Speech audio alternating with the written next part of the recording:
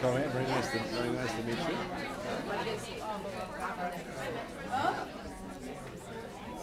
And I understand that you supervised her? I did. Yes. So I did. And what was your PhD? No. I'm going to say a word about it, don't worry. Okay. Not much about it, but 4 or 5 sentences. Anyway, no, it was about strategies in the United States and post-independence.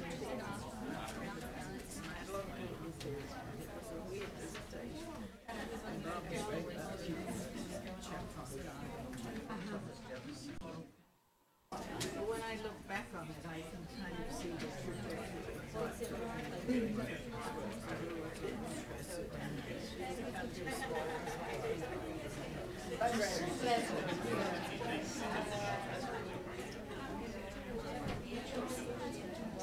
yeah, well, I'd like to do this measurement strategy.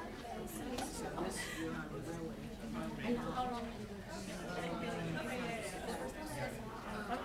Like 30 minutes. It's on yesterday.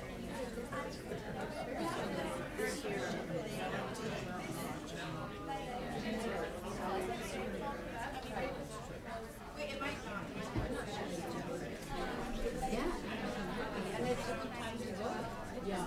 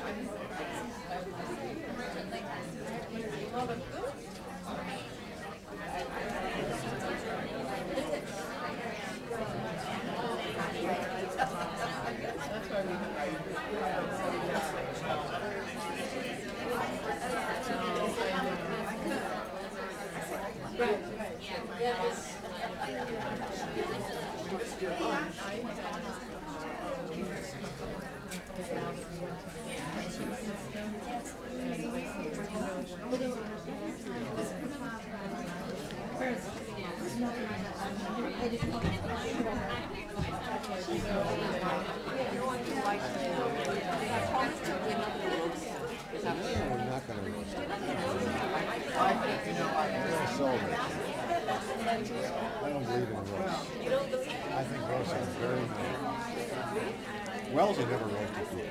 I think it's a very male thing. This kind of private, those kind of, but the public roast, I think it's very male.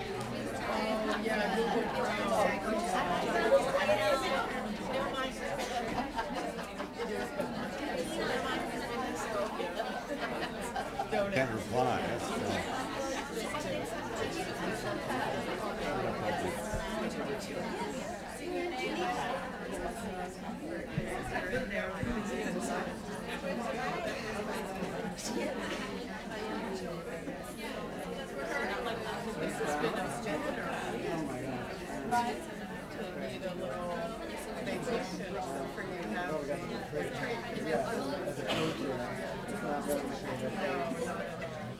Hello, Jeff.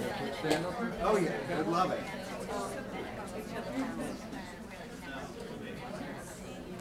Yeah, where do you want us? jam in right here. Okay. Maybe we can. We want to. Oh yeah, we're gonna In front of the table? Yeah. Hand in the middle.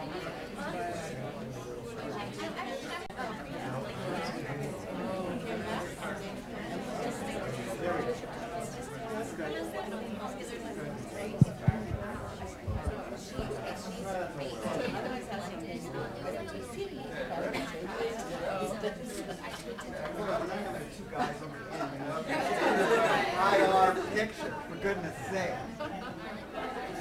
No.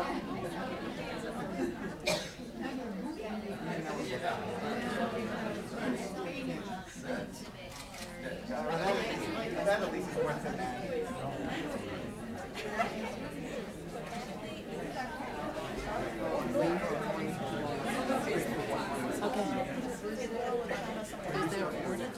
Yes, they sent at lunch. I'm speaking first. Yeah, I recognize it because of my bags. It's just, I recognize my bag, I just didn't know whether it was paired with the right label. And you were at the end? Well, that's what Christine said, they had said it halfway, so she left it.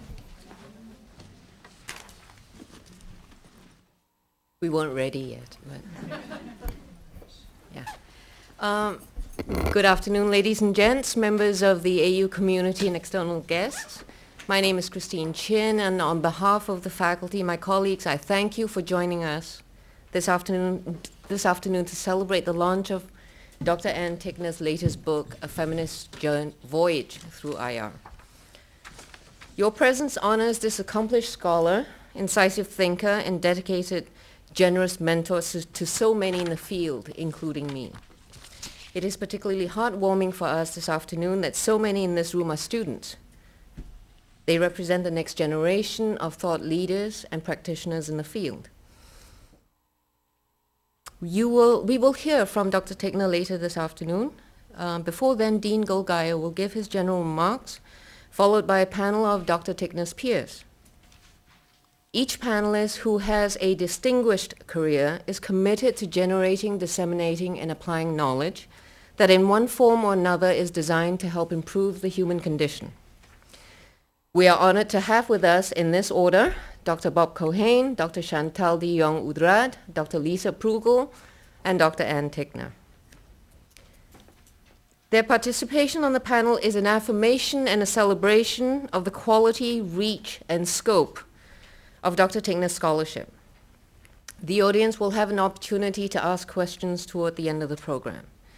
But first of all, I'd like to thank Dean Jim Golgaya for generously underwriting this event, as well as the Women in International Security who is co-sponsoring it. Gratitude to the folks in the Dean's office, as well as Fatima Shako-Halahi, Program Coordinator of the International Communication Program, for handling logistics and marketing.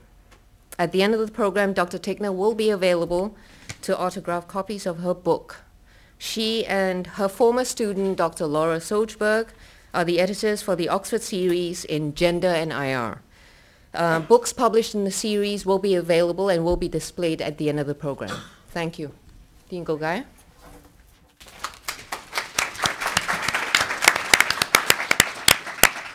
Well, thanks very much to Professor Chin and to Fatima for organizing this event, and just thrilled that our colleagues here could join this panel. Thank you all very much, especially those of you coming from outside of DC.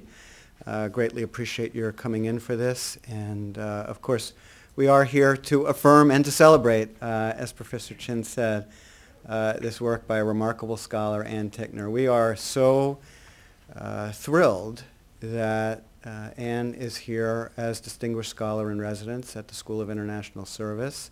And several years ago, as she was retiring from the University of Southern California, Professor Jim Middleman in SIS came to me and said that he was inviting Ann for a short-term stint, and that if I was a smart dean, I would try to see if she would maybe want to come for a more extended stay post-retirement.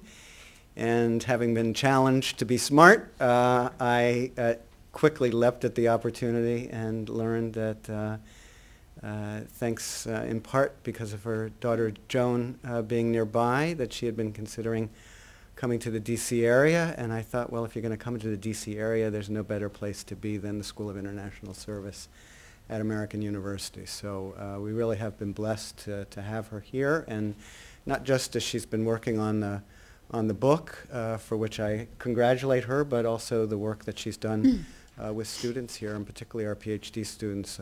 Really quite grateful to her for that contribution. I don't want to take anything away from the panelists, so I'm going to try not to say too much that they might be saying, but I hope that for the students who are here today, that you really do understand just how path-breaking Anne's work has been in the field. When she started working on issues related to gender and international relations, I mean, you know, this was not something that people were thinking about. And she forced everyone in the field to think from a different perspective. She forced people to think about different methodologies that might be required to really understand the world in which we live and the forces that we see operating in our world.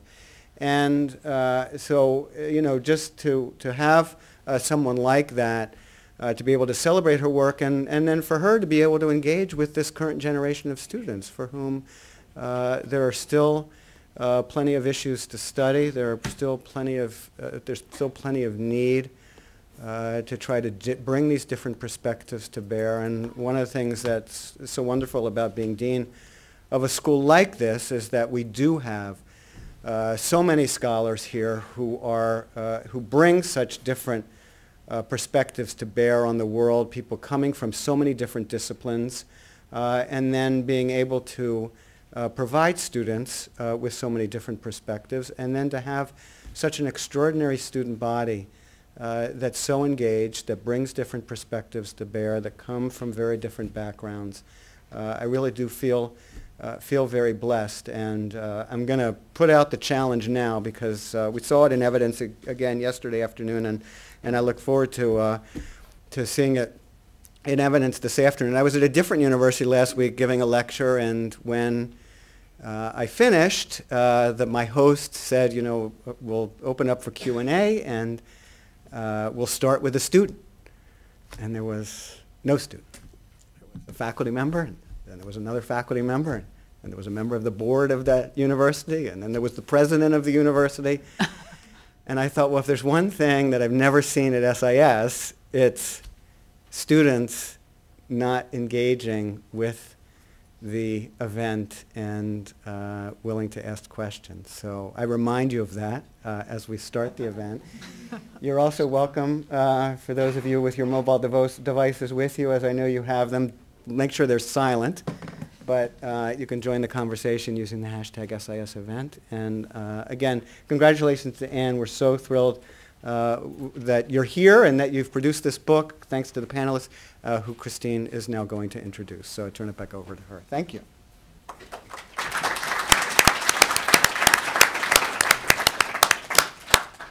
We've published bios of the panelists, and they're available outside. So what I'm going to do is to give a really brief introduction of every panelist. Professor Bob Cohane, Professor of International Affairs, Princeton University's Woodrow Wilson School. There is no way that you can complete an IR program of study without having read at least one of his publications. In 2012, Dr. Cohane was awarded the Harvard Centennial Medal, given to the university's most accomplished alumni. He is considered one of the most influential and respected theorists in world politics and power. He and Dr. Tickner are on the list of the 50 most influential thinkers in IR today. He has mentored many well-known men and women scholars. And in this room, you should know that he was chair of Dr. Tickner's dissertation committee. Dr. Chantal de Jong-Udraat is a remarkable leader who wears two hats, and we're very lucky to have her today because she is exceptionally busy. She is president of the Women in International Security, a 7,000 plus member strong global network of experts. WISE supports research analysis and policy engagement at the nexus of gender and international security. She is also executive director of CIPRI North America. One of its major research programs involve women, war, and peace. Dr. Chantal de Jong-Udraat is the author of numerous publications, scholarly and policy-oriented, the latest of which is her edited volume, Women and War, Power and Protection in the 21st Century. Dr. Elizabeth Prugel, Lisa Prugel, is our third distinguished panelist, Professor of Political Science, Deputy Director of the Geneva Institute in Switzerland. This semester, she is a Fellow of the Women in Public Policy program at Harvard's Kennedy School, a member of the World Economic Forum's Global Agenda Council on Civic Participation.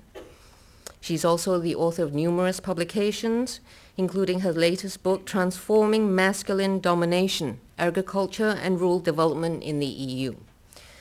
Dr. Prugel is an alumna of SIS, PhD program. Our honoree, Dr. J.N. Tickner, one of the leading feminist theorists in IR. Prolific author, you can't have completed a program of study in IR without having read at least one of her publications as well. There are 2 awards named after Anne. University of Southern California's J.N. Tickner Book Award, given every 2 years, as well as the International Studies Association's annual J.N. Tickner Award. The description, I believe, best captures Anne as, I quote, a scholar who consistently combines bravery, pursuing high-quality pioneering scholarship that pushes the boundaries of the discipline with a deep commitment to service, especially teaching and mentoring. So I now turn the floor over to the panelists. Dr. Cohen.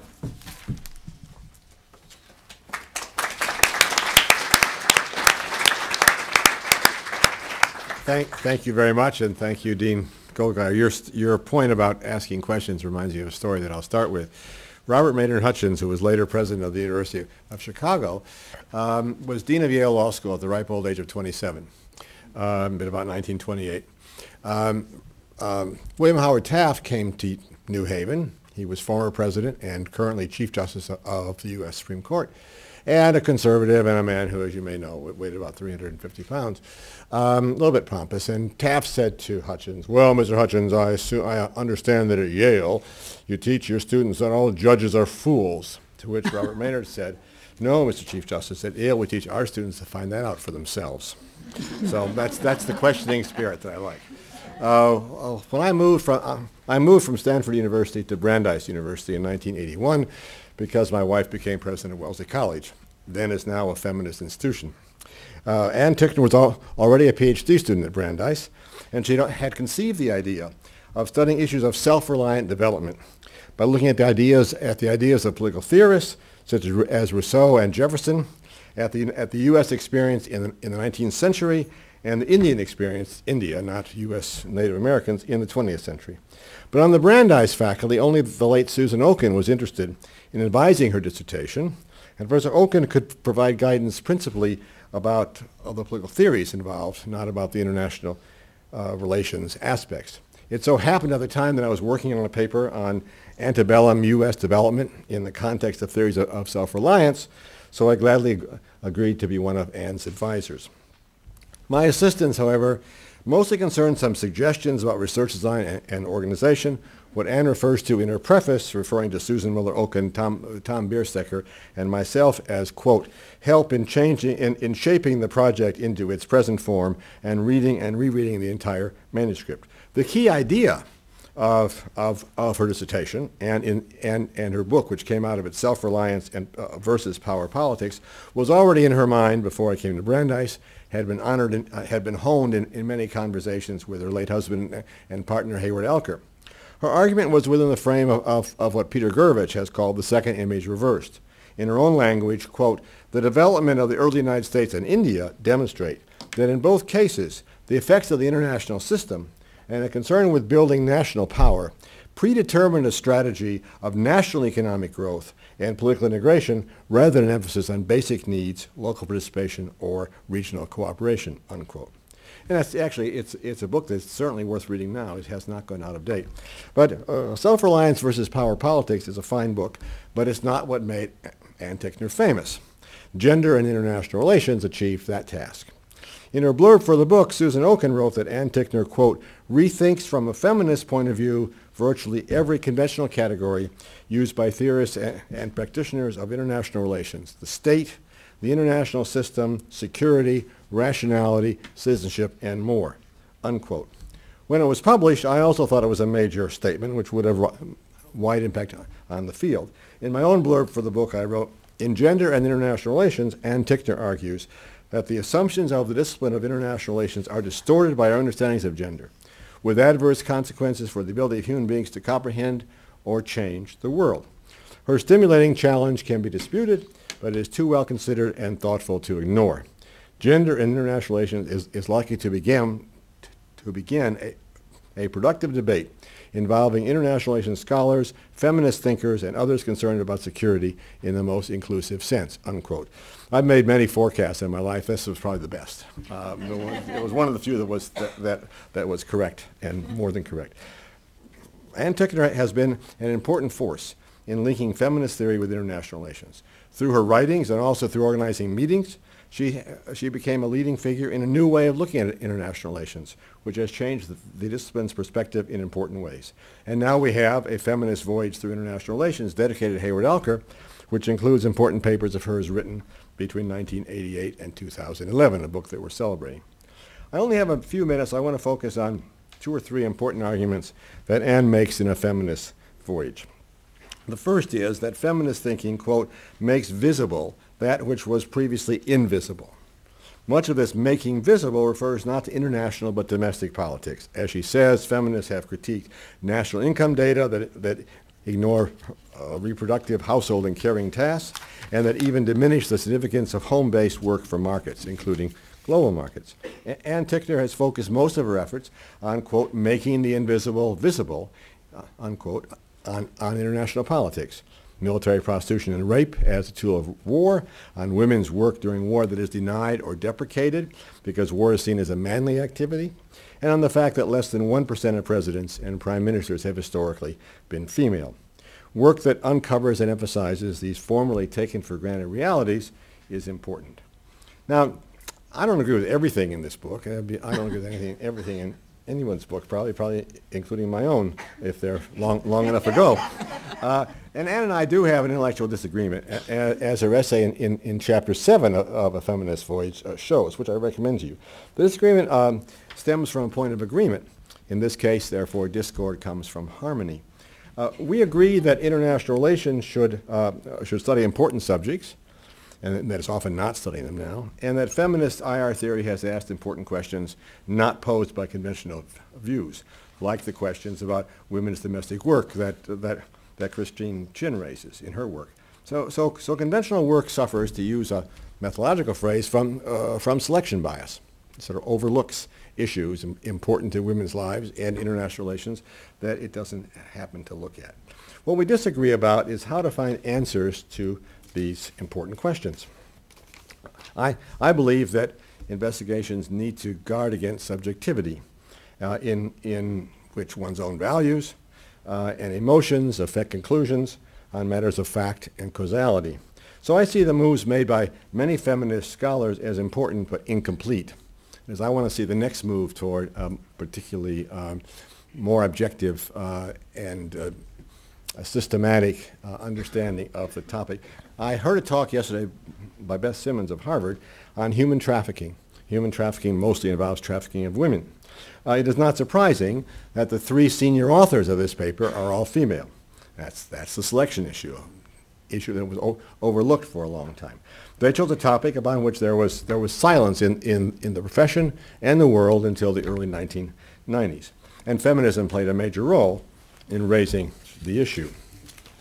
But Simmons's paper is far from subjective. She does not tell heart-rending stories. Instead, she forms hypotheses and tests them systematically in ways that I could never do, much more systematically than I could ever do. And she tests the question of how has this issue been seen, why has it been seen as an issue of criminalization as opposed to an issue of rights? And how is that diffused over time, and what are the causes of that? In a very systematic way and in a highly quantitative way. So my own view is, and may join this issue, that feminism has been much stronger in international relations in identifying these new issues and these underscored issues than it has often been in answering them. Making the invisible visible helps us ask what Anne calls the basic question that remains. Why, in just about all societies, are women disadvantaged relative to men? And to what extent is this due to international politics and the global economy? Once again, she raises the second image reverse theme, this time in a very different context, as the impact of the world system on domestic politics. War disadvantages women. In the first instance, waging war is incompatible with caregiving, which in many societies is viewed as a distinctively feminine activity. Furthermore, war is seen as a man's activity, which men should dominate. Although Margaret Thatcher, Indira Gandhi, Golda Meir, and Queen Elizabeth I long ago should have punctured the illusion that women cannot wage war. The global economy has certainly constituted also disadvantaged women, who are disproportionately unrepresented as CEOs and disproportionately overrepresented in making clothing for export. But whether globalization of the economy necessarily disadvantages women seems to me more questionable, another issue I wanted to raise with Anne. As modern economies become more service and relationship-oriented and less dependent on physical labor, more networked and less hierarchic, opportunities for women within them should keep growing. Women who have globally valuable skills and command of what has become a global language, the global language, English, may be able to escape the confines of traditional national settings for the more cosmopolitan, competitive, and meritocratic global economy. Furthermore, if we broaden our attention to global networks, such as networks explored by Anne Marie Slaughter in A New World Order, and the environmental networks explored by Jessica Green in Rethinking Private Authority, we may find that women can play an even greater role in the new world politics, which is no longer merely international relations, it's world politics. And the increasing prominence of women as senior scholars of international relations, Anne was again a pioneer, is likely to render this role more visible than in the past. So the question Anne raises of the effect of the global economy and the operation of world politics on the situation of women remains an open one under research. I'm inclined to believe that an open world economy is good for women. I think Anne is inclined to believe the opposite. So I hope her leadership will prompt many scholars, male and female, to take up this question. What are the implications of a globalized world economy for the situation of women? I want to conclude these short remarks by focusing on my personal ties to Anne. My most vivid intellectual memory of connections with her was of a lunch we had at a little fish restaurant, the Dolphin, in Cambridge, Massachusetts. At some point in the late 1980s, probably either in the spring of 1987 or the fall of 1988. She had conceived the idea of writing what became Gender in International Relations, but was unsure of whether this was a good idea, especially for her professional career. After all, as the dean said, at that time, focusing on gender in international relations seemed odd to many scholars. But I was deeply immersed in a feminist environment. I was living on the Wellesley College campus. So of course I encouraged Anne to pursue this exciting project. My encouragement, I think, Anne, was probably unnecessary. You've always had a bold spirit as well as a vibrant scholarly imagination. But in any event, as they might say on TV, the rest is history. My view of our relationship brings up the question of mentorship, which was mentioned in the introductions. Mentorship is actually easy, partly because it's so flattering that bright people seek it. But it remains valuable, which suggests that too few senior people take the trouble to do it. And Anne has been a great mentor for many, many people. Mentorship reminds me of the parable of the sower from the New Testament. Remember this parable? A person sows seeds. Some fall on rocky ground and wither. Others briefly sprout, but for lack of a good soil die. And so others fall on fertile ground and produce grain. This parable can be adapted to the ideas, knowledge, and encouragement that good teachers impart. Some ideas and knowledge are never assimilated. Some are briefly considered but rejected or forgotten. Others become crucial to one's life. And some encouragement falls upon rocky ground, while other encouragement leads to a full harvest.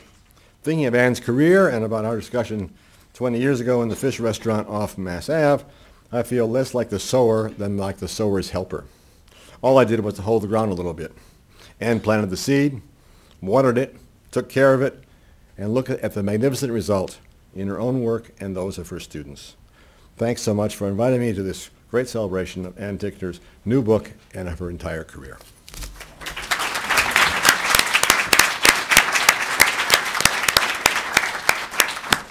Thanks, Christine. Can I stay here? Okay.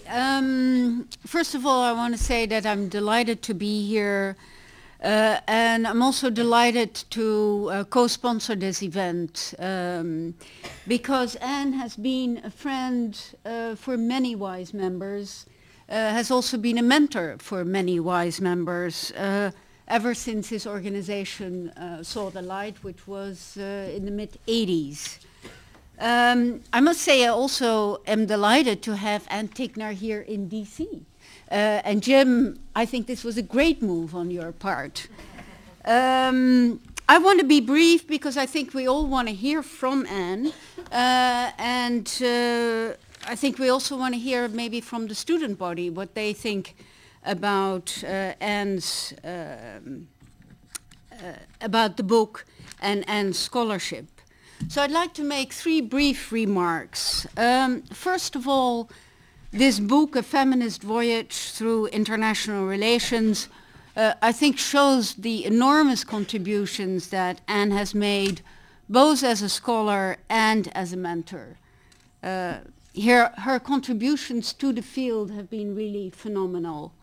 And your willingness to engage with those who are not necessarily on the same page is also, I think, exemplary. You've also, as I said, been a great mentor to many young scholars, and I would argue being a good mentor is actually quite hard because it requires real personal investments, and that's something that Anne has done throughout her career. Now, I think Anne, in her book, has shown that while we have made a lot of progress, gender as an analytical concept, as a unit of analysis, remains very marginalized in mainstream international relations and mainstream security studies. She also, I think, or I believe, recognizes that some feminist scholars have been a little bit their own worst enemies. And I must admit that I myself at times struggle with some feminist writings that seem to overly complexify certain issues. And some of the research and writing seems to be far removed from mainstream approaches and also from real-world problems. And I believe that any scholarship in international affairs and security studies must have immediate policy relevance. Now, I think feminist scholarship came about because pioneers like Anne felt that mainstream scholarship of international relations and security studies was missing a vital lens through which to analyze relations of power in societies. And I think initial feminist activities and scholarship had really two main objectives. First was to rectify the systematic exclusion of women in this arena, and second, to recognize gender as an analytical and structural category that, as I said, defines power in our relationships. And so, while I think that on both we have made a lot of progress, still there's a lot that remains to be done, and I think that Anne would be the first to agree with me. I mean, just look in this country, there's still very few women or in high-powered positions. Publications by women in the main journals remain quite minimal. I mean, when was it that you've seen an article related to gender in a journal like International Security? I think it's been maybe a decade that we saw an article related to gender in one of the leading journals of security studies. So I think, and here Anne is really an example, feminist scholarship must really engage with mainstream scholarship and policy. And mainstream scholarship and think tanks need to make a better effort to engage with feminist scholarships. Because I do think that the study of gender remains absent or at best marginal in many of the international relations programs and many of the security studies programs. Gender also remains totally absent, I would say, in the think tanks that we have here in Washington, D.C., be it Carnegie, be it CSIS, be it Brookings. There is no serious attempt to look at gender and international security issues. At best, there will be a speaker series where from time to time a woman is invited to speak. So this brings me to my second remark, and that is that in many ways the policy world has been more receptive to a feminist thought.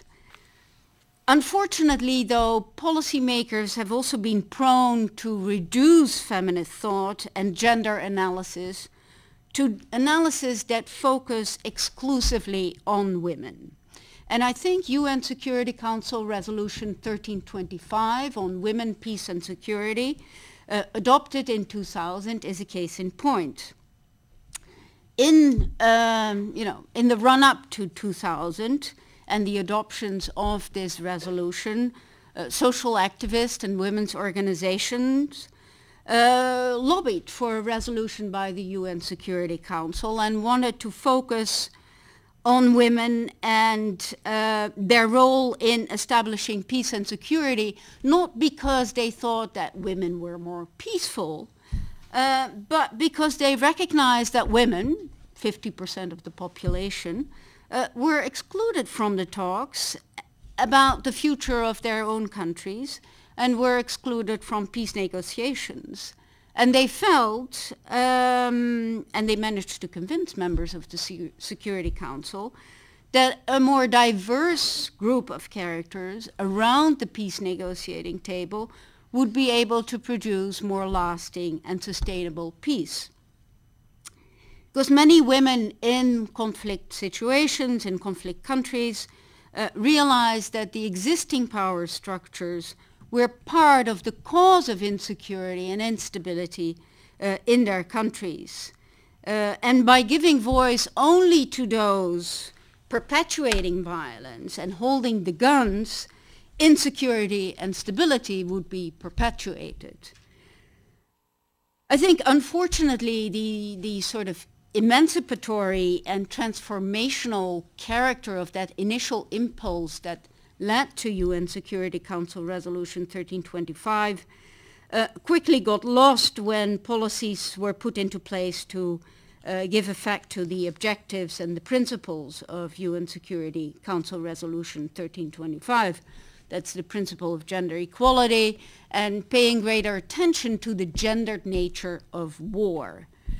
Because those policies quickly became shorthand for policies that focused exclusively on women. And at that time, gender became a word, just another word for women, instead of a concept that relates and that refers to both men and women and to the socially constructed roles and behaviors and feelings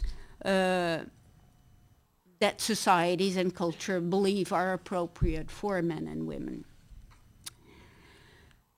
In addition, much of the momentum of UN Security Council Resolution 1325 was quickly stopped by the 9/11 attacks, where we saw a sort of return to a very traditional way of looking at international peace and security issues. The reaction to these attacks was highly gendered, very masculine, very militarized, and you could see it on TV. You know, suddenly all the commentators were either former Army colonels or Navy SEALs. in the last few years, I think the UN Security Council members have been very focused on sexual violence as a tactic of war. And again, I think women have been put into a situation where women were looked as really as victims rather than agents and as actors with a voice and agency. A lot of the current emphasis on sexual violence in war cast women sort of in a very stereotypical role. And we see that also with the focus these days on violent extremism. The OSCE has a big program on countering violent extremism and the role of women and women's organizations in this effort. And I think we have to be very careful that when we try to examine these types of issues, that we don't cast women again in these very stereotypical roles as women as mothers and women as the caregivers and holders of the private sphere. Next year we are going to celebrate the 15th anniversary of UN Security Council 1325. And I think this is actually an opportunity for all of us who are interested in moving forward a more emancipatory agenda to regain some of that initial impetus of Resolution 1325 and bring back the idea that gender equality is really central to the establishment of peace and security. Thirdly, I think we need more gender-focused and policy-oriented research on peace and security issues. Policymakers are at loss and are clamoring for more research. They're also clamoring for more data and more systematic research. And I think schools like the School of International Service here at American University have a very important role to play. As I said in the beginning, Anne has made tremendous contributions to the field, and I think SIS is really fortunate to have her on the faculty. But apart from some exceptions here and there, in general, I think the field and the community of security studies and international relations is not investing enough in this trend of IR and security policy studies. And I think in many cases, advisors will still say, if you come with a PhD project that has gender in the title, will still say, do you think that's really good for your career? You know, I think we have to move beyond that and really try to mainstream these issues more into the security studies and IR. So I and WISE, Women in International Security, look forward to engaging with the school, look very much forward to engaging with Anne to help promote more gender-sensitive security studies in the future. And thank you so much for your efforts.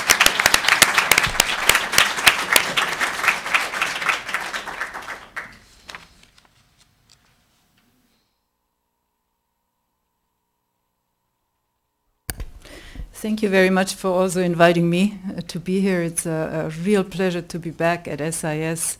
I used to be on the top floor of the other building, and there was never enough room for PhD students. I think there's a great facility downstairs now, so you don't know how good you have it.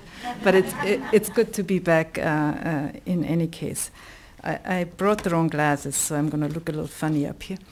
I want to put this book, Feminist Voyage, in the context of the development of the subfield of feminist theory and gender studies in international relations, because the book is to one extent, it shows the trajectory, the personal trajectory of Anne's work, but it also shows the development of that subfield, it seems to me, which of course she was very heavily implicated in forming.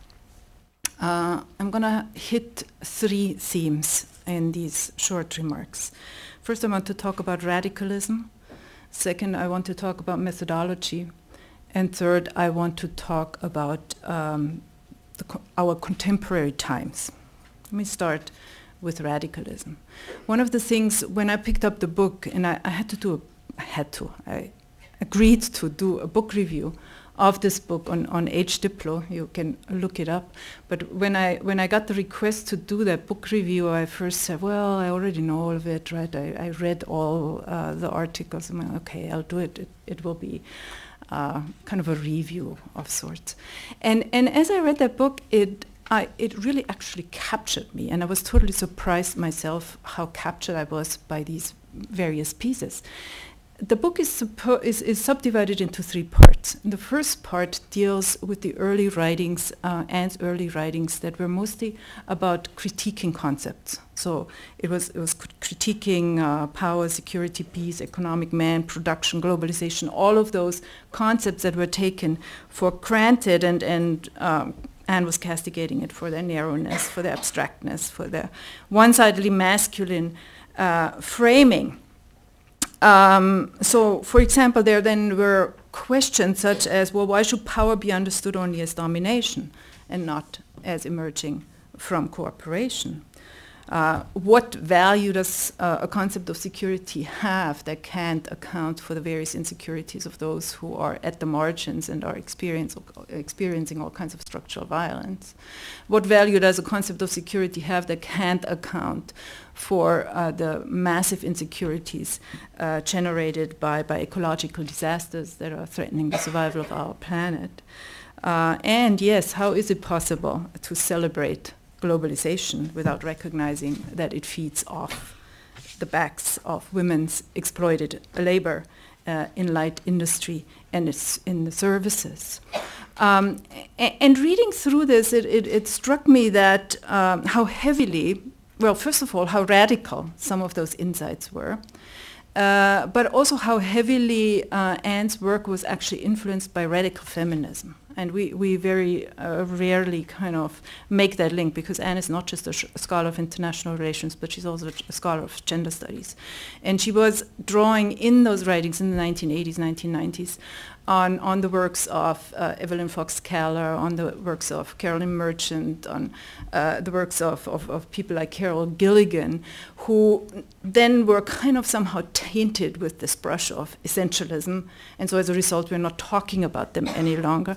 I have reintegrated these readings, as a matter of fact, in my feminist theory classes, and I'm again and again every year surprised how complex and how well argued some of these pieces of literature are.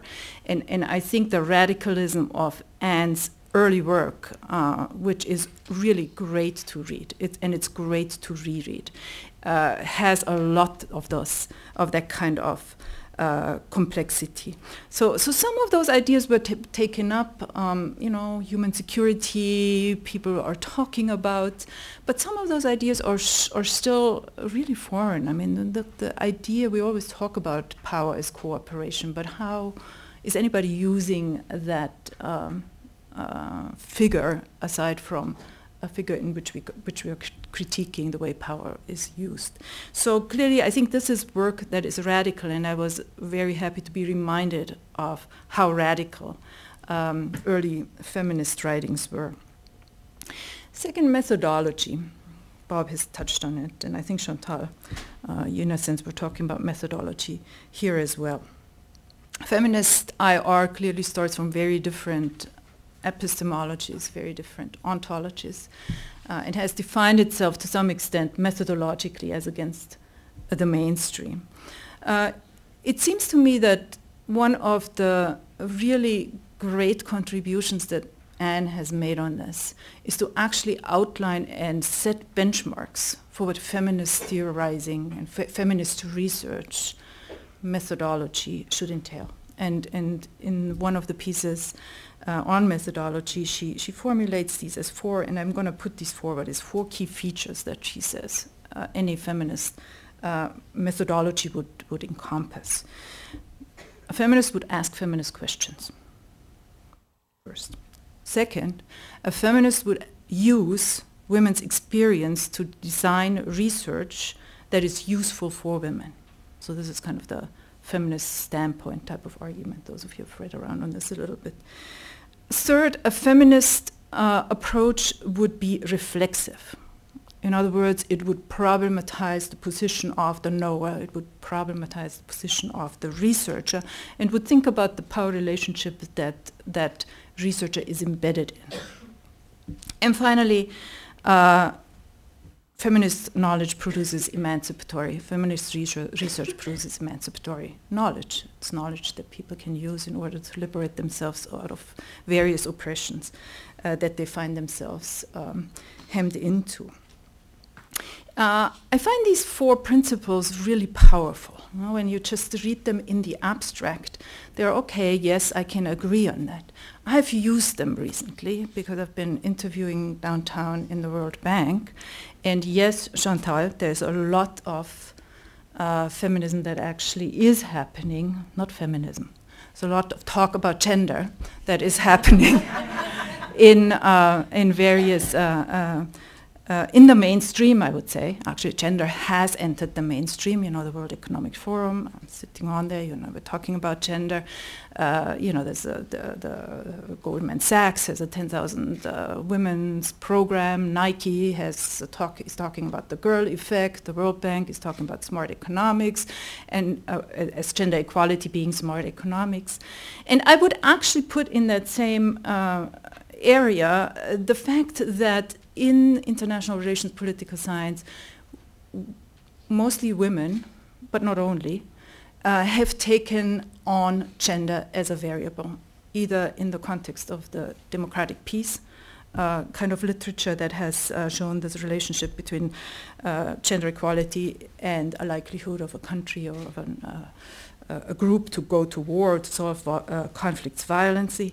I think it shows in the literature about that you were referring to the kind of the testing of the hypotheses of the reasons of sexual violence in war.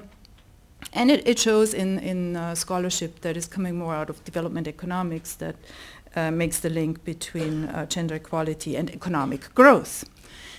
Those are clearly feminist questions that are being asked there. But do they fit the other criteria? And does it matter? And I think it does matter, and I disagree with you, Chantal, on that, if I may. It does matter whether we are asking ourselves, are women's experiences really reflected in the statistical analysis that are being produced in the randomized controlled trials that are being applied from the outside? It matters whether the scholars that engage in that work ask themselves, what kind of knowledge is it that I'm producing and that I'm valorizing, and for whom, and who will be able to use that knowledge? So how is my knowledge creation embedded in existing power relations in the bank specifically? I mean, this is very clear when you push women as a goal towards growth. It's about basically an expansion of the current world system and embedding women in the current world system. And you may think about the current world system, whatever you may, but that's what you're doing. And I think we have to ask ourselves, is this knowledge really emancipatory? Is this knowledge that feeds into a politics, and what kind of politics does it feed into? I'm not saying that this knowledge is not good knowledge. I think there's a lot of actually very interesting findings that are coming out of this more mainstream work. But I think these other feminist questions are important, and Anne's work gives us the criteria, the benchmarks, to measure this kind of work, and I think it's important to do that. Finally, let me talk a little bit about the contemporary world we find ourselves in, and this is the last part of the book. Anne's work has branched out, has broadened from no longer just talking about gender difference, but to talk about differences of all kind, including differences resulting from religion, from fundamentalisms, from race, from colonial history. And she asks there, how do we recognize and how do we respect these differences? How do we generate possibilities for dialogue across difference? And she argues that we need to recognize that the foundations of a global order lie not only in Westphalia, but they also lie in the histories of imperialism, genocide, dispossession. That we need to understand religious worldviews today as a part of international politics. And so this is a feminist approach, no? Because she's able, as a feminist, to stand at the margins and look at the world from that marginal position, and it allows her to see things that we don't typically see when we sit in the mainstream. There is in this trajectory from radicalism to difference, however, and I'd be interesting to get your reaction on this, Anne, but it seems to me there's kind of an eerie change of ambition. In the 1990s, feminist literature was really utopian in a sense. It was forward-looking, and there was a vision of saying we need caring and reproductive labor to be valued. We need a change in the meaning of security, so that it means an absence of economic, sexual, and military violence. We need to understand power as mutual enablement. We need to have people who are respectful of the relationship we have with nature. We need to have justice in the family. We need to value subsistence production and the provision of basic needs. We need to have states that are less militaristic. In a sense, all this utopia, I think, has moved in the background. From the vantage point at which we find ourselves today, and I think of this world as a world in which fundamentalisms of all sorts are eager to put women under control. It's a world in which US foreign policy has militarized the cause of gender equality.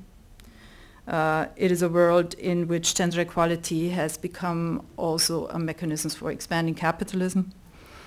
It's a world in which understandings of categorical otherness are frankly jeopardizing the way in which we are living together. And so Anne's move there is, on the one hand, one that reflects, I think, the world we live in, and the utopias of the 1990s, I think, have been replaced by kind of this plea for living together, for talking with each other, for dialogue, for being able to engage with each other. So I think we find ourselves today in a chastened kind of feminism on various grounds.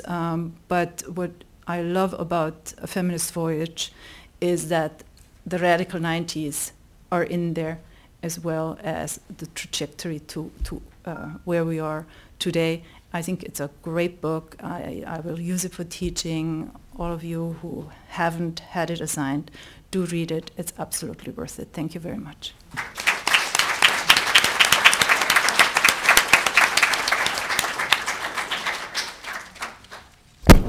Anne, would you like to sit there or come on? Can I stay here? Yes. I would prefer it because I'm a little challenged by my vision also. And it's not even because I brought the wrong glasses. It's just old age, I guess. Anyway, so thank you all the panelists for those very generous and thoughtful remarks, which I think, as you will see, are actually, I was telling them I was so nervous that I wrote everything out ahead of time, and then I got all freaked out that they were going to say something that would either conflict or say what I've said, but actually they all said things that work very well with what I'd already written. But I am going to amend a little as I go along and incorporate some of the themes that all these excellent panelists have brought up. But before I do that, I'd like to start by thanking Dean Jim Goldgeier and the School of International Service, and also WISE, for sponsoring and organizing this event, especially the Dean's Office and the International Communications Program, especially Christine and her assistant Fatima, who was even able to secure me a privileged parking spot, which is really important in this building at this moment. I'm also very grateful to Jim Goldgeier and others for making SIS such a welcoming place as a final destination on my academic voyage. SIS, as you've heard, has produced many of the PhDs who are now senior scholars in the Feminist International Relations Program. Two of them are here today. Others include people like Spike Peterson and Runyon. Spike was here a while ago, actually at Christine's book launch. I'd also like to thank, although she's not here, my editor at Oxford University Press, Angela Chapko. She could not be here today for medical reasons, and I do recognize her because she has been such a wonderful supporter of my book and the series. She came to the last event for Christine's book, and she takes a really strong interest, and she emailed me yesterday and said how sorry she couldn't be here. She did, however, send copies of other books in the Oxford Studies in Gender and International Relations series, and I believe you say that they are going to be out back. I strongly suggest you take a look at them. I think that this series that Laura Schoberg and I are editing is really publishing some of the best feminist IR scholarship. And I'm very happy to say, and I'm not the person who makes the final decision about what they publish, Oxford does that, but I'm very happy to say that some of my former students are in this series, as is Christine's book also. I'd also like to mention my family members, who my daughters have always been such strong supporters. They've come to so many events. They came to my address as president of the International Studies Association, and one of my daughters, Joan, is here today. I also would like to acknowledge my granddaughter, Emma Walsh-Alker. It's amazing to think that I have a granddaughter of that age, but again, I guess this is about age. But she actually helped me with the final edits of this book as a research assistant, so that's wonderful to continue this feminist tradition, and I feel I've got some more generations there. And also, I would like to say, as I do in the book's acknowledgments, that everything I've written reflect the insight and support of my late husband, Hayward Alker, who always encouraged me to think out of the box, but at the same time, take the mainstream IR discipline seriously. As Bob mentioned, the book is dedicated to Hayward.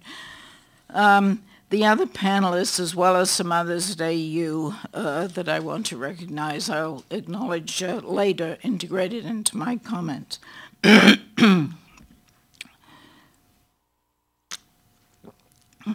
I'm very pleased that Chantal, the president of WISE, kindly agreed to join this panel.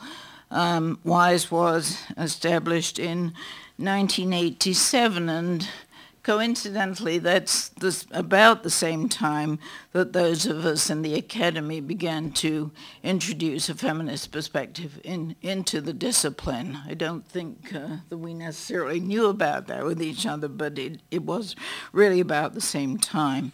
WISE has been remarkably successful in promoting some of the women now in high positions in the international policy world. And as Chantal said, I believe it is vital that the policy world and the academy engage. And I appreciate Chantal speaking to this issue. some, but not all, as she said, feminist research has always stressed the importance of the intersection with policy making as well as with a social activism. And as Chantal mentioned, I do tend to think that the policy and the activist world are ahead of the academy in taking women's issues and gender seriously. I think this is a real problem for the academy. We need to be training our students who increasingly are finding that gender expertise is an important aspect of international policy making and advocacy and activism. And yes, you know, they may not be getting it right in the policy world, perhaps, but when I meet people in the policy world, they always say, well, you know, we didn't learn anything about it in college. And I think that's really too bad, and something that those of us in the academy should be thinking about, developing more courses, supporting more teachers who engage in this kind of work. So WISE, in their theme statement, which I looked up, has defined security broadly, as have I in all my writings, beyond just the security of states to talking about human security. And I would also like to mention that all of my work has been influenced by Scandinavian peace research, which has always defined security in terms of human and environmental as well as military security. And I think it's very fitting that Chantal is the director of SIPRI, the esteemed peace research institution in Stockholm. And I have spent time in Sweden and very much admire this tradition of work, and have always kind of, one of my identities, I think of myself as a peace researcher who comes very much in some sense out of this tradition. So putting together this collection of some of my writings has given me the opportunity to reflect on the trajectory of this work. And I'd also like to recognize Jim Middleman, who really almost kind of helped me get started in thinking about this, because he recently has written a similar book, Contesting Global Order, which has been a wonderful model for me, also collecting and reflecting on some of his earlier work. And Dean Goldgeier mentioned that Jim was important in getting me to come to SIS, and I also thank him for that. As I say in the introduction, when I started teaching IR in the 1980s, and this was before I ever really thought about feminism, and I certainly didn't talk very much about women, there was very little work by women, and I'm not just talking about feminist work, I'm just talking about work in international relations. Actually, that's less true now, but it's still somewhat true. And very few women at professional meetings, which was a really kind of, as a young woman starting out, was rather a sort of scary situation to go to some of these professional meetings, and you really didn't see very many women. Happily, that has changed dramatically. Well, what I began to notice was that many of my female students were rather turned off by IR's Cold War focus on strategic issues relating to the great powers. And so I began to sort of think about this, because they would come and talk to me about this. You know, there are other issues that I would like to look at too.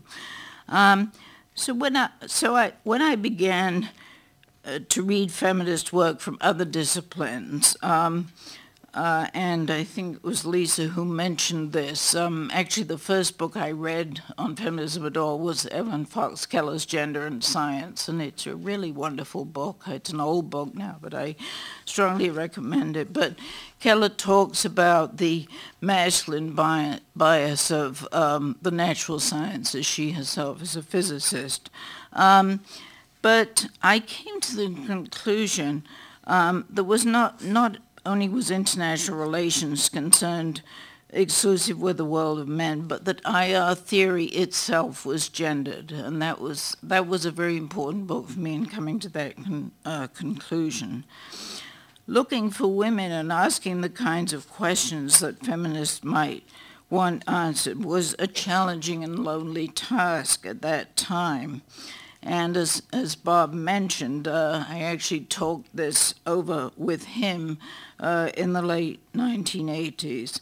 And he encouraged and supported me in obtaining a grant from the Ford Foundation, which was really the kind of initial sort of getting us going, really, thanks to the Ford Foundation supporting our work.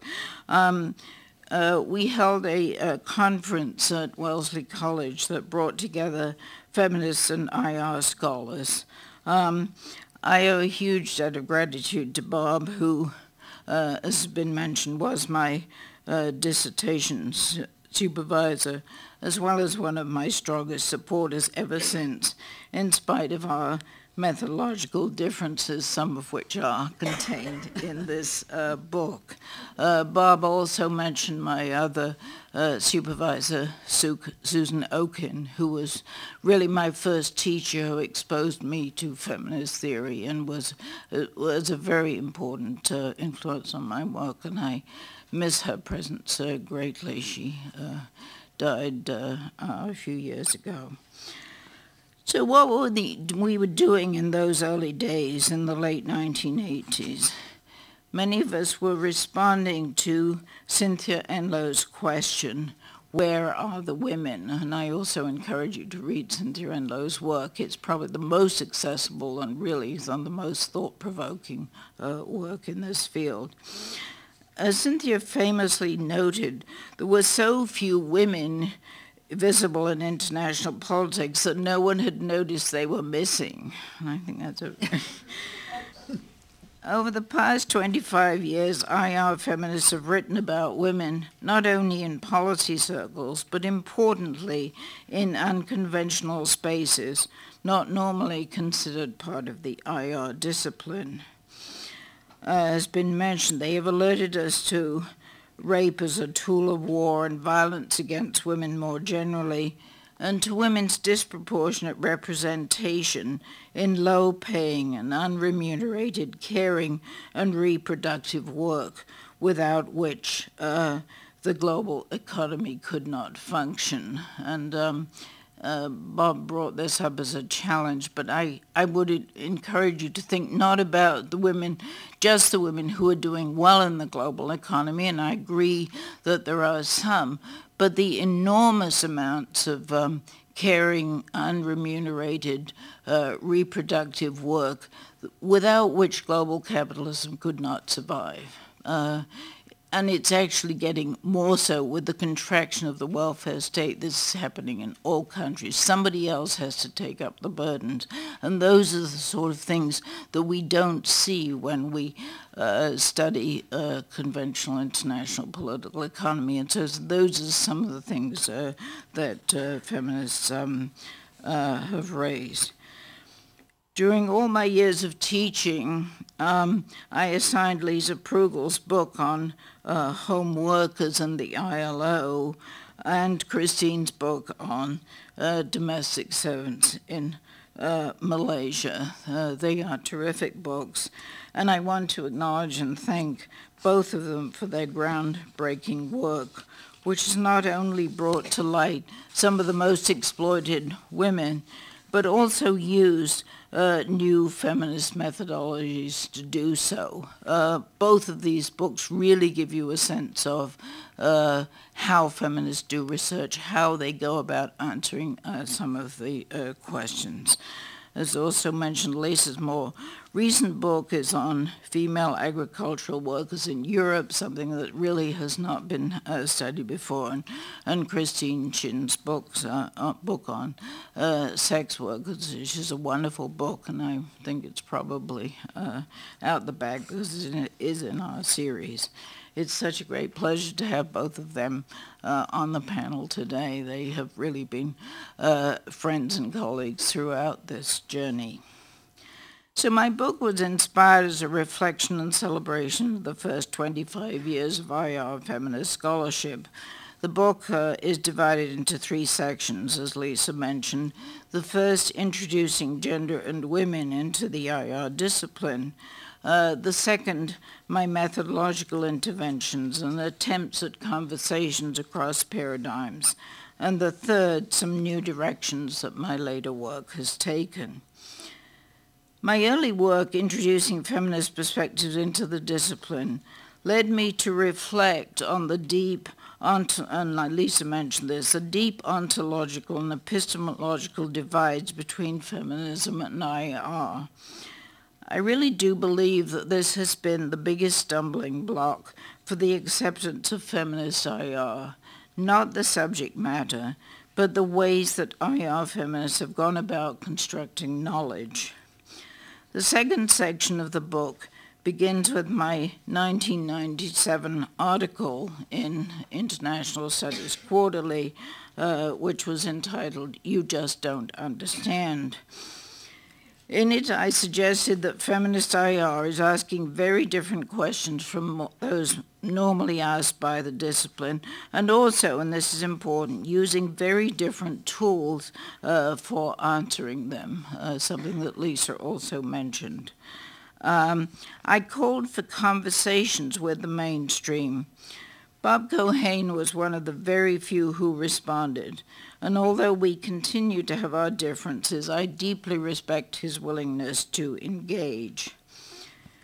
I would also like to acknowledge my gratitude to Patrick Jackson, who is here, whose important book, The Conduct of Inquiry in International Relations, with its call for a broad definition of science encompassing multiple scientific traditions, has helped me in my attempts to answer affirmatively the question as to whether feminists who subscribe to post-positivist traditions are doing legitimate scientific research. But having said that, and as I have stressed in all my work, we must acknowledge the relationship between knowledge and power. This has also been brought up. Whose knowledge gets to be legitimated and valued is an important question. And feminists and other critical scholars have a long way to go before their work is recognized on an equal footing with the IR mainstream. My more recent work, as Lisa mentioned, is taking me beyond these methodological debates in some new directions reflected in the third section of the book. As Lisa also mentioned, I have turned my attention to understudied aspects of IR, to race, imperialism, and religion, and to seeking out voices of those who are rarely heard. This new journey is now taking me to some unconventional places and uncharted territories. I have recently become interested in indigenous knowledge and what it may have to tell us about solving our contemporary crises. I became interested first in this when I was in New Zealand a few years ago, and I look forward to pursuing it further when I return to Australia in a couple of weeks. And I also, before I just finish, I want to appreciate Randy Persad also in this school, who has given me a lot of insights in thinking about this new line of work. But I was interested in what Lisa said about perhaps backing off from thinking about utopias, because actually what I have found by doing some reading on indigenous knowledge is really their knowledge systems have some really interesting and imaginative ways of thinking about new utopias. And I think that for peoples of the world who are so marginalized, I mean, the indigenous are generally the most marginalized, it's kind of remarkable that actually there's a lot of their scholarship which comes up with sort of new kind of ways of organizing the world. So I think in response to what you said, it's sort of interesting, because I think of myself as still searching for sort of knowledge that can help us with that. So just to conclude, let me say how grateful I am to have been part of a wonderful feminist community of scholars, as well as many others, students, faculty, and those in the policy world who have supported and encouraged my work, many of whom are here today. As I said earlier, it is fitting that I spend my final years in the academy at SIS, a school that has produced so many fine feminist scholars. Thank you.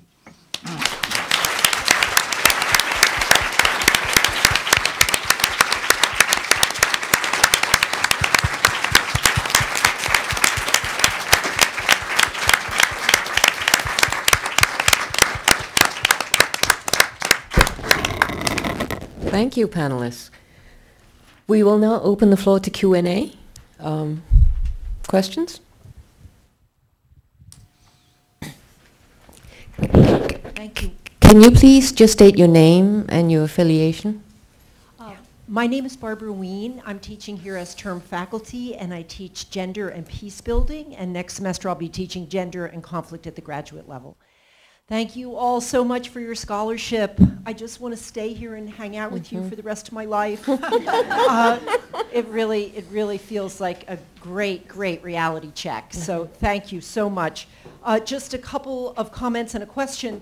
I also, because we were commending so many books, I wanted to commend to all of you an amazing book called Mortgaging Women's Lives by Pamela Baxter, which looks at the impact of structural adjustment policies on women at the very lowest rung of the economic ladder.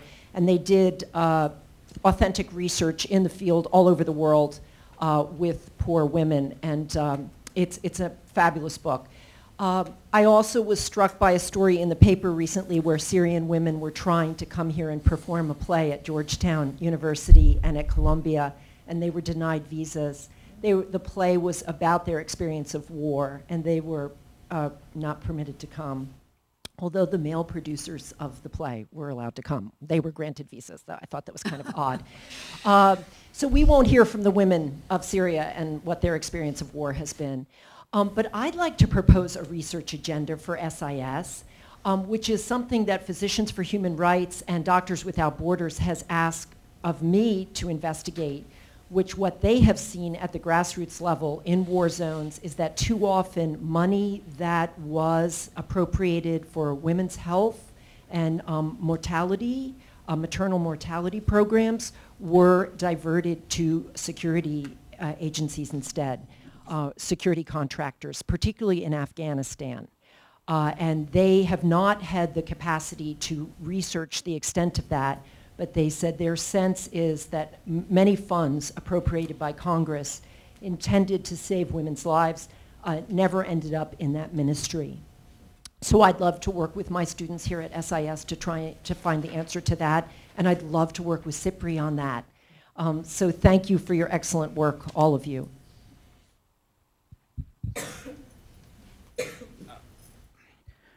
Thank you for being here on this panel. I am a graduate student here, but I have spent 13 years in the National Guard implementing various policies of the U.S. government, of the UN, of NATO. And so I bring a perspective. I have an Indian Christian wife who's very well educated and has financial means, so she keeps me grounded on international relations in India. But I propose right now in the U.S. military, yes, you can say we're militarized, but today, over the last 10 years, I've had to deal with the reversal of don't ask, don't tell, women in combat, suicide prevention, sexual assault. So I don't know if this has been studied, but if you want to look at a feminist voyage, in a non-militarized society, you can make any kind of decisions you want to, but when you volunteer to be a part of a U.S. military work with Australia, Britain, and the likes, we engage many issues, life and death. And sometimes U.S. congressmen, president can make all these different decisions, but when it comes on the ground, at the end of the day, we have to work together because we're human beings. And I've seen women, on my watch, because I've had to be a supervisor, on my watch, on my time, it doesn't fly for me. I incorporate my fellow sister in arms to make sure that they are able to be utilized. And I can tell you, when I go into a Muslim country, it doesn't fly to go into a predominantly maybe female village. You need your counterparts at all levels. So I say this, that the U.S. gets knocked at times for their foreign policy, but that is such a, I don't know if it's been studied from a feminist voyage, but I would like to see that studied, because there's so many challenges we've had to face and overcome. And if it wasn't for my fellow sisters, whether they're rich, poor, young, old, we wouldn't have some of the success that we have in Afghanistan or Iraq or even other places that we go to. So I didn't mean that to be long-winded, but it's just a near and dear issue to my heart, because I hate seeing being raped, whether it's in our own military or whether it's in societies. I think my parents, who are Norwegian, Irish, the whole Scandinavian background, right? They influence you immensely, but try to, right? But I'm going to end there, but I would like to just hear, whether it's now or even in a private conversation, if that could just be studied, because it's such a prime thing. Thank you. Thank you. Could I just respond to that quickly? I really do hear what you're saying, and I really would like to support that the U.S. military has really been on the forefront of kind of civil rights. I mean, they integrated blacks into the military well before the 1960s, and I think that the military has done a really good job of integrating women and responding to some of the issues that you addressed, probably more so in many ways than civil society. And you know, when you say, yes, we hear about rape in the military, but it's no more widespread than in civil society, but it's something that the military addresses, and that does tend to sort of get out and highlight these issues. So I'm very respectful of what you said, and it's also been a upward mobility for a lot of poor women who have joined the U.S. military, and it really has sort of provided upward mobility. So, yes, I am a peace researcher, and I'm concerned with the issues of war and militarization. But in response to your comment, I would just like to add that.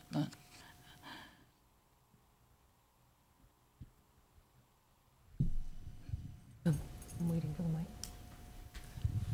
Yeah. Hi, I'm Natalia. I'm a student here.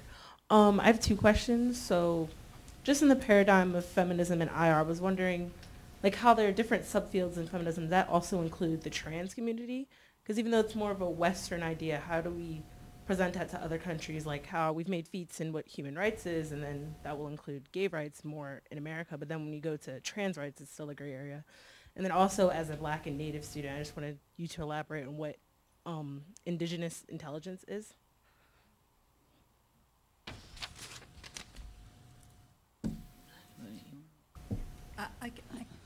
Go ahead.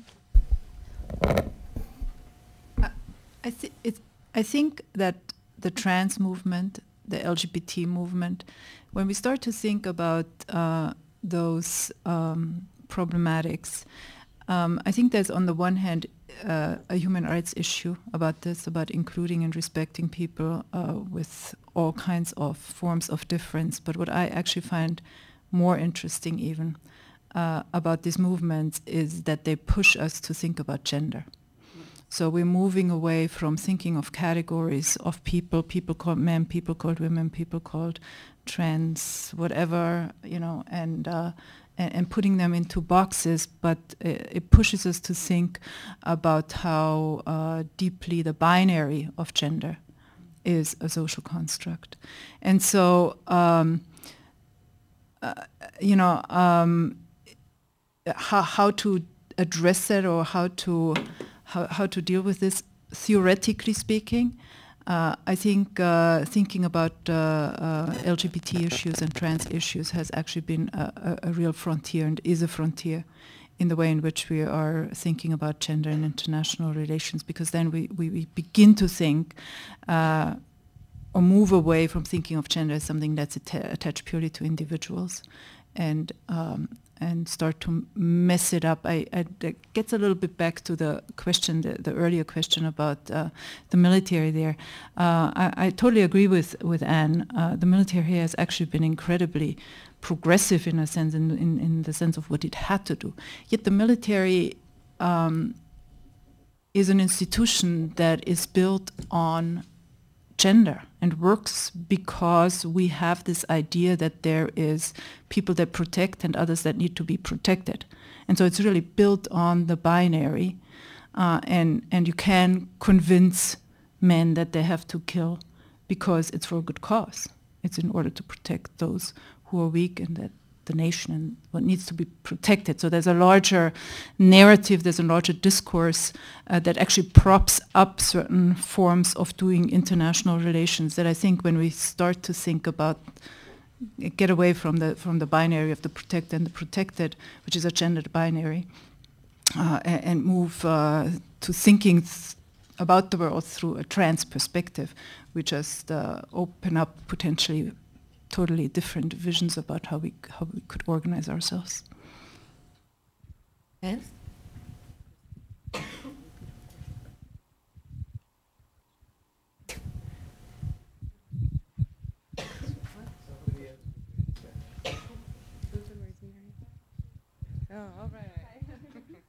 Hi, I'm Cameron Clayton. I'm a first-year grad student here in the Peace and Conflict Resolution program. I have a question for you, Dr. Tickner.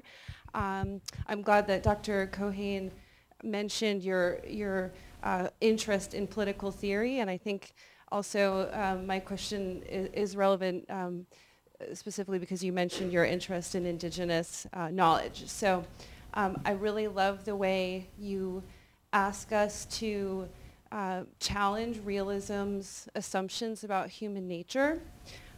You write that one must wonder, you talk about sort of the Hobbesian roots of this assumption about human nature that realism builds off of, and you ask us, one must wonder where the women are in Hobbes' state of nature, and you say presumably they must be at home or raising the children, and you reference Sarah Ann Ketchum's work, and she of course asks this question, well, if it's a war of all against all, how on earth does the species perpetuate itself? Children don't raise themselves. At what point does that bond between parent and child break such that we're all just fighting with each other? And I thought it was interesting because not in Leviathan, but in one of his other works, in Deceive, Hobbes actually does talk about women in the state of nature, and he makes a point to say that men and women are equal in the state of nature, that the only way that a man could have dominion over a woman is if he actually fights her and battles her in war. And he even goes so far as to reference the ancient myth of the Amazon women, and he talks about women abandoning their children in order to engage in war. So I just kind of was wondering your thoughts on that, and sort of, do you think that it's presumptuous to say that it's the women taking care of the children in the state of nature, or is it just going way too far to think otherwise? Well, that's an interesting question, and I haven't read the work that you're referencing by Hobbes. I'm sorry. You obviously know more about Hobbes than I do. Good for you. I mean, I don't know. I mean, it's interesting, this other work, because I think, in the Leviathan and the famous passage that realists always use to talk about the war against all, there doesn't seem to be any reproduction. I mean, men sort of as maybe it was Ketchup or somebody said, sort of spring like mushrooms. I mean, there isn't any kind of background about who was doing anything else. And I think it's very important with these theories. I mean, I'm not saying that Hobbes was necessarily wrong, but I'm saying that it's an incomplete picture of reality, and that so often kind of what we're presented with in international relations is not that there isn't power over power politics. I mean, my piece that starts this book, which is a feminist critique of Hans Morgenthau's 6 Principles. I'm not saying that Morgenthau was wrong. I'm saying that it's an incomplete picture of the world, but it's the only one we focus on. And I happen to be somebody who thinks that the way you construct knowledge actually I mean, we all create our world. We're not removed from our world, and so the way we create it, the way we're socialized, the way we're brought up to think about gender differences, the way we're brought up to think about international politics, it's just an incomplete picture, and that's what I've been interested in. But I think going back and reading, I don't know whether you've read Susan Oken's book, Women and Political Thought. I would highly recommend that. She was a very groundbreaking feminist political theorist who wrote this wonderful book about taking on all the sort of great men of political theory in Western social thought and sort of talking about the gendered language they use. And it's really fascinating to, I mean, Machiavelli, I mean, many of these people are much more explicit about talking about women, often in a rather derogatory way than we do today. But Machiavelli, you know, in his famous sort of comparison of Fortuna, you know, this sort of wild force, fortune is a woman, you know, so there are so many wonderful insights, but these are sort of received wisdoms. Political theory is kind of one way that sort of forms our view, and I'm so glad you brought that up, because I've already been fascinated, always been fascinated by political theory, but I wouldn't claim to be a theorist myself, and I think it's a real shame that it's less and less taught in the academy these days. I think that's really... Professor Cohen has a comment. We should be, I agree about theory. It should be taught much more. We should be fair to Hobbes, though. He's not Machiavelli in this respect. He doesn't talk in that way about women. And Hobbes' state of nature, after all, is a counterfactual, right? He doesn't think it ever existed. And it's the negative against which one puts the ordered society. It's his justification for authoritarian rule, essentially. So he never would have, he would say, well, of course, there never was a state of nature and never is going to be. And of course, it wouldn't reproduce. That's one reason why we have to avoid it. So we have to make sure we see Hobbes' state of nature for what he thought it was, a hypothetical counterfactual, not some sort of description of what the world ever would have been like. We have time for one more question. Yes. Hi, I'm Dan Fitzgerald. I'm a freshman in SIS. You talked about through the democratic theory that liberalists believe that how nations create peace when there are democratic nations with each other, and how you touch on through creating gender equality that nations are less likely to go at war as gender equality becomes and the gender gap decreases. And that's through globalization and through growth in the nation. Yet globalization is built on the backs of cheap labor through women, particularly in Southeast Asia and Eastern Europe. Do you find that as sort of a contradiction to both theory, or is that just a more deepening of the idea of globalization and creating gender equality? Interesting.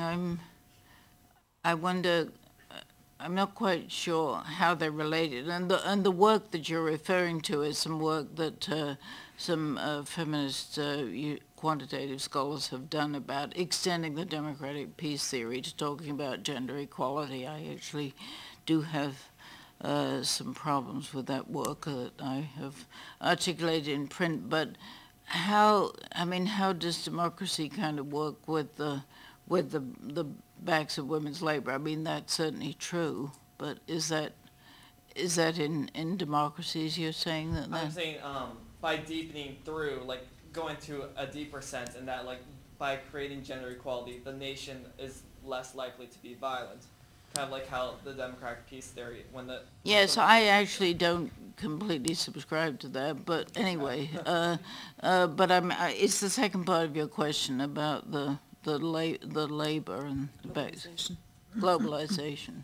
Through globalization is through most of the cheap labor in the world is by women because women are such. That's right. So, but through growth in a nation, they say that gender equality is more achieved by the globalization and growth in a nation. Mm-hmm. Oh, I see what you're saying. Yeah, yeah, that's an interesting observation.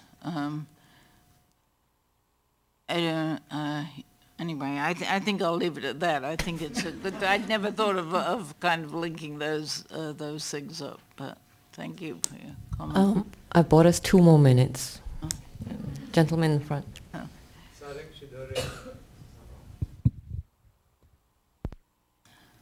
Or just speak up.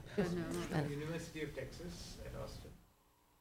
One comment I had on the state of nature topic that came up was this work by Soviet anthropologist Maria Gimbutas, who talks of agricultural communities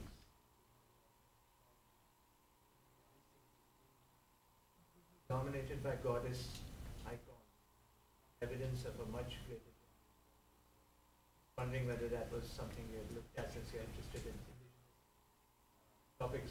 But the real question I had was about picking up on the LGBT point.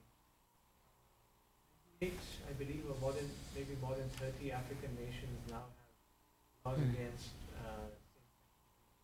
sodomy and others. In that they're joined by a number of West Asian states. Come up in the UN Human Rights Council.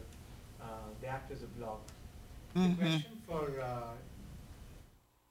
researchers in gender and IR is, how do you take this topic on and yet not present it or not come at it from a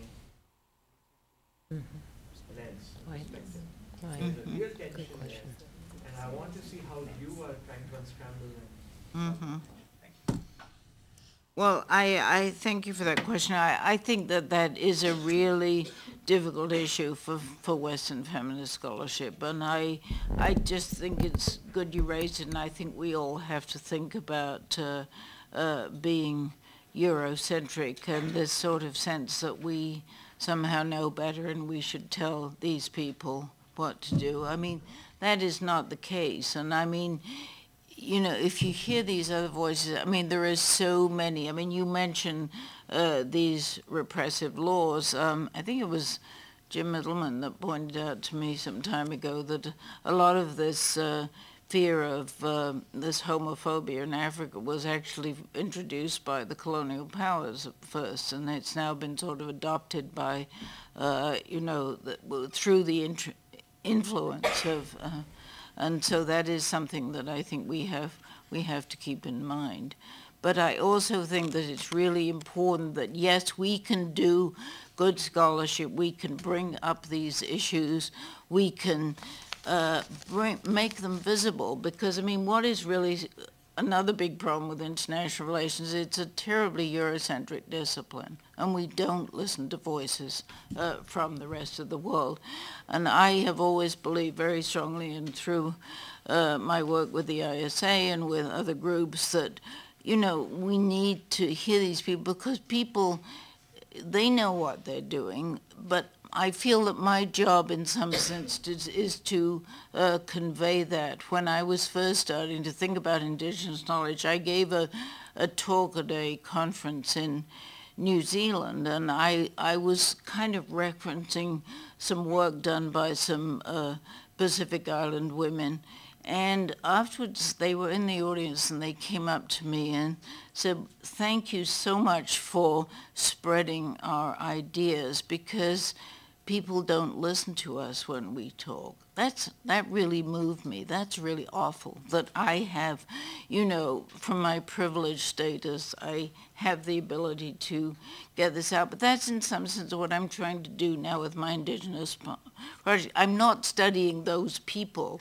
I am trying to validate and bring to a wider audience their knowledge.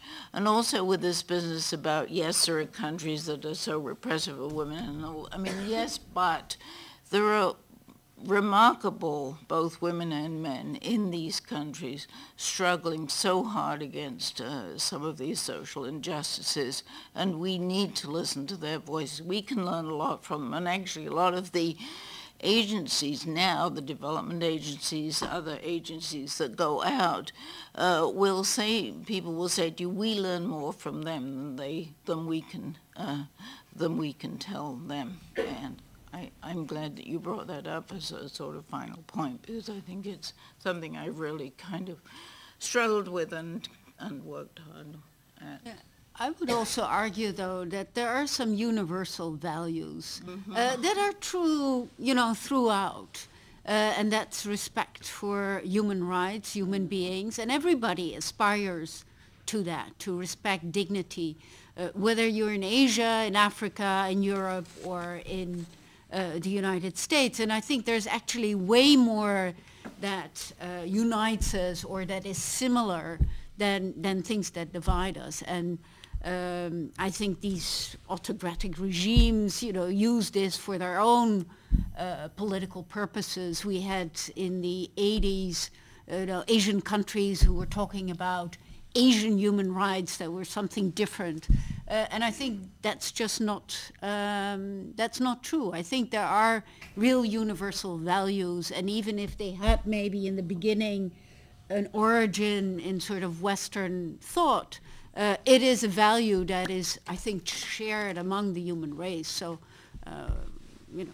we should push that universality, I think. Thank you so very much to the panelists for a superb, substantive, compelling presentations, and congratulations to Dr. Tickner on the publication of her book. She will be available to sign and to autograph copies of her book just right outside. Thank you. It was nice to meet you. I enjoyed the session very much. I liked your last comment, as I said.